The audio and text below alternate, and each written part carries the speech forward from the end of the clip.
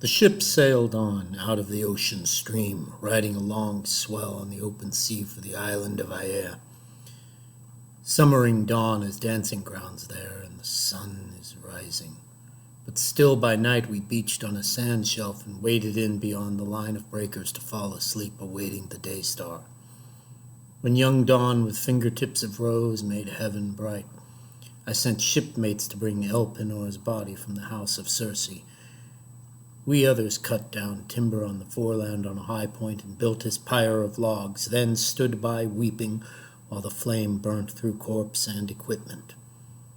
Then we heaped his barrow, lifting a gravestone on the mound, and fixed his light but unwarped ore against the sky.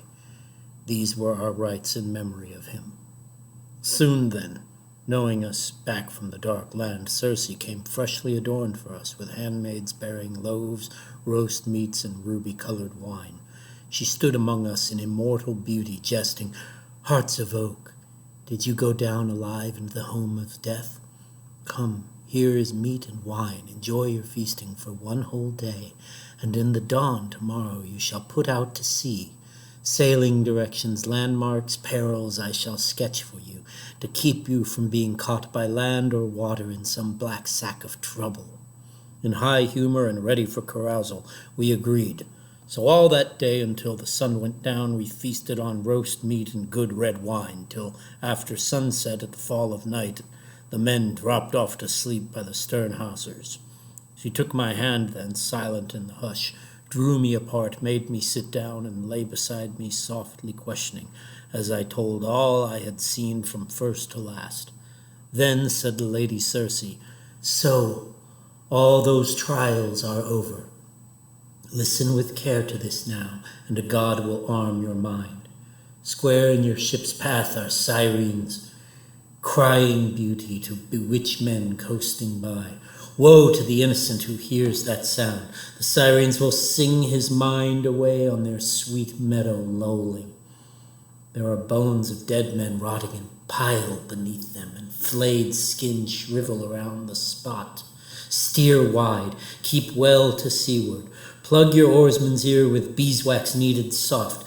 None of the rest should hear that song, but if you wish to listen, let the men tie you to the lugger, hand and foot, back to the mast, lashed to the mast, so you may hear those harpies' thrilling voices. Shout as you will, begging to be untied. Your crew must only twist more line around you and keep their stroke up till the singers fade. What then? 1 or 2 courses you may take, and you yourself must weigh them. I shall not plan the whole action for you now, but only tell you of both. Ahead are beating rocks and dark blue glancing amphitrites, surging roars around them. Prowling rocks or drifters, the gods in bliss have named them well. Not even birds can pass them by, not even the timorous doves that bear ambrosia to Father Zeus. Caught by downdrafts, they die on rock walls smooth as ice. Each time, the Father wafts a new courier to make up his crew. Still, less can ships get sea room of these drifters, whose boiling surf under high fiery winds carries tossing wreckage of ships and men.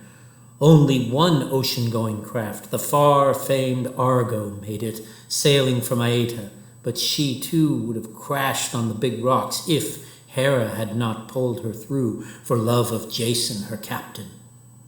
A second course lies between headlands. One is a sharp mountain piercing the sky with storm cloud round the peak dissolving never. No mortal could scale it, nor so much as land there, not with 20 hands and feet, so sheer the cliffs are, as of polished stone. Midway that height, a cavern full of mist opens towards Erebus in evening, but that is the den of Scylla, where she yaps abominably. A newborn whelp's cry, though she is huge and monstrous. God or man, no one could look on her in joy. Her legs, and there are 12, are like great tentacles unjointed, and upon her serpent necks are borne 6 heads like nightmares of ferocity, with triple serried rows of fangs and deep gullets of black death. Half her length she sways her heads in air, outside her horrid cleft, hunting the sea round that promontory for dolphins, dogfish, or what bigger game thundering Amphitrite feeds in thousands. And no ship's company can claim to have passed her without loss and grief. She takes from every ship one man for every gullet. The opposite point seems more a tongue of land to touch a good bowshot on at the Narrows. A great wild fig tree, a shaggy mass of leaves, grows on it, and Charybdis lurks below to swallow down the dark sea tide. 3 times from dawn to dusk she spews it up and sucks it down again 3 times, a whirling maelstrom. If you come upon her, then the God who makes earth tremble could not save you. No, hug the cliff of Scylla. Take your ship through on racing stroke. Better to mourn 6 men than lose them all and the ship too. So her advice ran, but I faced her, saying, Only instruct me, goddess, if you will. How, if possible, can I pass Charybdis and fight off Scylla when she raids my crew? Swiftly the loveliest goddess answered me, Must you have battle in your heart forever? The bloody toil of combat? Old contender, will you not yield to the immortal gods? That nightmare cannot die, being eternal evil itself. There is no fighting her. No power can fight her. All that avails is flight. Lose headway there along that rock face while you break out arms, and she'll swoop over you, I fear, once more, taking 1 man again for every gullet. No, put all your backs into it. Row on to keep her from a second strike against you. Then you will coast Thrinacia, the island where Helios's cattle graze, fine herds and flocks of goodly sheep. The herds and flocks are 7, with 50 beasts in each. No lambs are dropped or calves, and these fat cattle never die. Now give those kine a wide berth. Keep your thoughts intent upon your course for home, and hard seafaring brings you all to Ithaca. But if you raid the beeves, I see destruction for ship and crew. Rough years then lie between you and your homecoming, alone and old, the one survivor, all companions lost. As Circe spoke, Dawn mounted her golden throne, and on the first rays Circe left me, taking her way like a great goddess up the island. I made straight for the ship, roused up the men to get aboard, and cast off the stern. They scrambled to their places by the rowlocks, and all in line dipped oars in the grey sea. The crew being now silent before me, I addressed them sore at heart. Dear friends, more than 1 man or 2 should know those things that Circe foresaw for us and shared with me, so let me tell her forecast. Then we die with our eyes open if we are going to die, or know what death we baffle if we can. Sirens weaving a haunting song over the sea we are to shun, she said, and their green shore all sweet with clover. Yet she urged that I alone should listen to their song. Therefore, you are to tie me up, tight as splint, erect along the mast, lashed to the mast, and if I shout and beg to be untied, take more turns of the rope to muffle me. I rather dwelt on this part of the forecast while our good ship made time, bound outward down the wind for the strange island of the Sirens. Then, all at once the wind fell, and a calm came all over the sea, as though some power lulled the swell. The crew were on their feet briskly to furl the sail and stow it. Then, each in place, they poised the smooth oar blades and sent the white foam scudding by.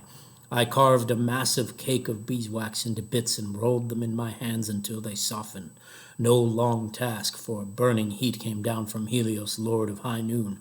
Going forward, I carried wax along the line and laid it thick in their ears. They tied me up then, plumb amidships, back to the mast, lashed to the mast, and took themselves again to rowing. Soon as we came smartly within hailing distance, the 2 Sirens, noting our fast ship off their point, made ready, and they sang. The lovely voices and ardor appealing over the water made me crave to listen, and I tried to say, "Untie me!" to the crew, jerking my brows, but they bent steady on the oars. Then Perimedes got to his feet, and he and Eurylochus, and passed more line about to hold me still. So all rowed on until the sirens dropped under the sea rim, and their singing dwindled away. Well, I walked up and down from bow to stern, trying to put heart in them, standing over every oarsman, saying gently, "Friends, we have never been in danger before this. The more fearsome it is now. When the Cyclops penned us in his cave, what power did he have? Did I not keep my nerve and use my wits to find a way out for us? Now, I say by hook or crook, this peril too shall be something we remember. Heads up, lads! We must obey the orders as I give them. Get the oar shafts in your hand and lay back hard on your benches. Hit those breaking seas. Zeus, help us pull away before we founder." That was all, and it brought them round to action.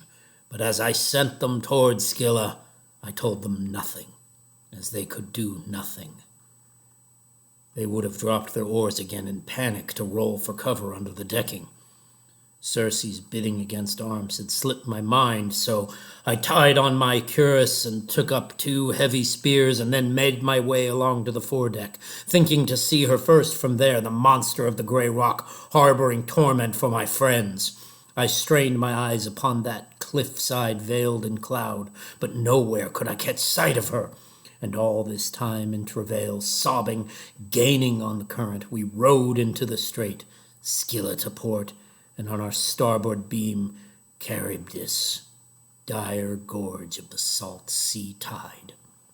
By heaven, when she vomited, the shot spume soared to the landside heights and fell like rain. But when she swallowed the sea-water down, we saw the funnel of the maelstrom, heard the rock bellowing all around, and dark sand raged on the bottom far below. My men all blanched against the gloom. Our eyes were fixed upon that yawning mouth in fear of being devoured. Then Scylla made her strike, whisking 6 of my best men from the ship. I happened to glance aft at ship and oars and men and caught sight of their arms and legs dangling high overhead. Voices came down to me in anguish, calling my name for the last time. A man surf casting on a point of rock for bass or mackerel, whipping his long rod to drop the sinker and bait far out, will hook a fish and rip it from the surface to dangle wriggling through the air. So these were borne aloft in spasms towards the cliff. She ate them as they shrieked there in her den, in the dire grapple, reaching still for me, and deathly pity ran through me at that sight. Far the worst I ever suffered, questing the passes of the strange sea. We rowed on. The rocks were now behind us, Charybdis too, and Scylla dropped astern. Then we were coasting the noble island of the god, where grazed those cattle with wide brows and bounteous flocks of Helios, lord of noon, who rides high heaven. From the black ship, far still at sea, I heard the lowing of the cattle winding home, and sheep bleating, and heard too in my heart the words of blind Tiresias of Thebes and Circe of Aea. Both forbade me the island of the world's delight, the sun. So I spoke out in gloom to my companions. "Shipmates, grieving and weary though you are, listen. I had forewarning from Tiresias and Circe too. Both told me I must shun this island of the sun, the world's delight. Nothing but fatal trouble shall we find here. Pull away then and put the land astern." That strained them to the breaking point, and cursing, Eurylochus cried out in bitterness, "Are you flesh and blood, Odysseus, to endure more than a man can? Do you never tire? Here we all are, half dead with weariness, falling asleep over the oars, and you say no landing, no pull out to sea, you say, with night upon us, just as before, but wandering now and lost. I say, do as the hour demands and go ashore, and before black night comes down, we'll make our supper alongside, and at dawn put out to sea." Now, when the rest of the men said aye to this, I saw the power of destiny devising ill. Sharply I answered, without hesitation, Eurylochus, they are with you to a man. I am alone outmatched. Let this whole company swear me a great oath, though. Any herd of cattle or flock of sheep here found shall go unharmed. No one shall slaughter out the wantonness of ram or heifer. All shall be content with what the goddess Circe put aboard. They fell at once to swearing as I ordered, and when the round of oaths had ceased, we found a half-moon bay to beach and moor the ship in, with a fresh spring nearby. All hands ashore went about skillfully getting up a meal. Then, after thirst and hunger, those besiegers were turned away. They mourned for their companions, plucked from the ship by Scylla and devoured, and sleep came soft upon them as they mourned. In the small hours of the third watch, when stars that shone out in the first dusk of evening had gone down to their setting, a giant wind blew from heaven, and clouds driven by Zeus shrouded land and sea in a night of storm. Just so as dawn with fingertips of rose touched the windy world, we dragged our ship to cover in a grotto, a sea cave where nymphs had chairs of rocks and sanded floors. I mustered all the crew and said, "Old shipmates, our stores are in the ship's hold, food and drink. The cattle here are not for our provision, or we pay dearly for it. Fierce the god is who cherishes these heifers and these sheep. Helios, no man avoids his eye." To this my fighters nodded, yes. But now we had a month of onshore gales blowing day in, day out, south winds or south by east. As long as bread and good red wine remained to keep the men up and appease their craving, they would not touch the cattle. But in the end, when all the barley in the ship was gone, hunger drove them to scour the wild shore with angling hooks for fish and seafowl, whatever fell into their hands, and lean day swore their bellies thin. The storms continued. So one day I withdrew to the interior to pray the gods in solitude for hope that one might show me some way of salvation. Slipping away, I struck across the island to a sheltered spot out of the driving gale. I washed my hands there and made supplication to the gods who own Olympus, all the gods, but they for answer only closed my eyes under slow drops of sleep. Now on the shore Eurylochus made his insidious plan. "Comrades," he said, "you've gone through everything. Listen to what I say. All deaths are hateful to us, mortal wretches, but famine is the most pitiful, the worst end that a man can come to. Will you fight it? Come, we'll cut out the noblest of these cattle for sacrifice to the gods who own the sky, and once at home in the old country of Ithaca, if ever that day comes, we'll build a costly temple and adorn it with every beauty for the Lord of Nude." Thus Eurylochus said, and they murmured, "Aye," trooping away at once to round up heifers. Just then my slumber left me in a rush. My eyes opened, and I went down the seaward path. No sooner had I caught sight of our black hole than savory odors of burnt fat eddied around me. Grief took hold of me, and I cried aloud, "O Father Zeus and gods in bliss forever, you made me sleep away this day of mischief. O cruel drowsing in this evil hour!" And the Lord Helios burst into angry speech amid the immortals. "O Father Zeus and the gods in bliss forever, punish Odysseus' men. So overweening now they have killed my peaceful kind, my joy at morning when I climbed the sky of stars and evening, when I bore westward from heaven. Restitution or penalty they shall pay, and pay in full, or I go down forever to light the dead men of the underworld." Then Zeus, who drives the storm cloud, made reply, "Peace, Helios! Shine on among the gods, shine over mortals in the fields of grain. Let me throw down one white-hot bolt and make splinters of their ship in the wine-dark sea. Calypso later told me of this exchange, as she declared that Hermes had told her. Well, when I reached the sea cave in the ship, I faced each man and had it out. But where could any remedy be found? There was none. The silken beeves of Helios were dead. The gods, moreover, made queer signs appear. Cowhides began to crawl, and beef, both raw and roasted, mooed like kine upon the spits. Now 6 full days my gallant crew could feast upon the prime beef they had marked for slaughter from Helios's herd, and Zeus, the son of Kronos, added one fine morning. All the gales had ceased, blown out, and with an offshore breeze we launched again, stepping the mast and sail to make for the open sea. Astern of us the island coastline faded, and no land showed anywhere, but only sea and heaven, when Zeus, Cronion, piled a thunderhead above the ship, while gloom spread on the ocean. Then the squall struck, whining from the west, with gale force, breaking both forestays, and the mast came toppling aft the ship's length, so the running rigging showered into the bilge. On the after deck, the mast had hit the steersman a slant blow, bashing his skull in, knocking him overside, as the brave soul fled the body like a diver. With crack on crack of thunder, Zeus let fly a bolt against the ship, a direct hit, so that she bucked in reeking fumes of sulfur, and all the men were flung into the sea.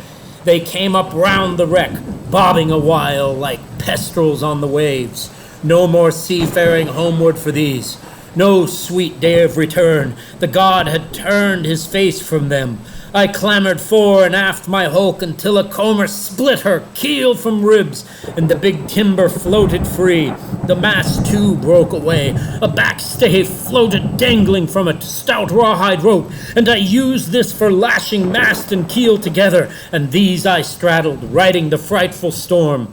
Nor had I yet seen the worst of it, for now the west wind dropped and a southeast gale came on. One more twist of the knife, taking me north again, straight for Charybdis. All that night I drifted, and in the sunrise, sure enough, I lay off Scylla mountain and Charybdis deep. There, as the whirlpool drank the tide, a billow tossed me, and I sprang for the great fig tree, catching on like a bat under a bough. Nowhere had I to stand, no way of climbing, the root and bole being far below, and far above my head the branches and their leaves massed, overshadowing Charybdis's pool.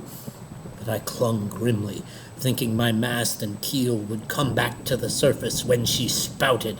And oh, how long, with what desire I waited, till at the twilight hour, when one who hears and judges pleas in the marketplace all day between continuous men goes home for supper, the long poles at last reared from the sea.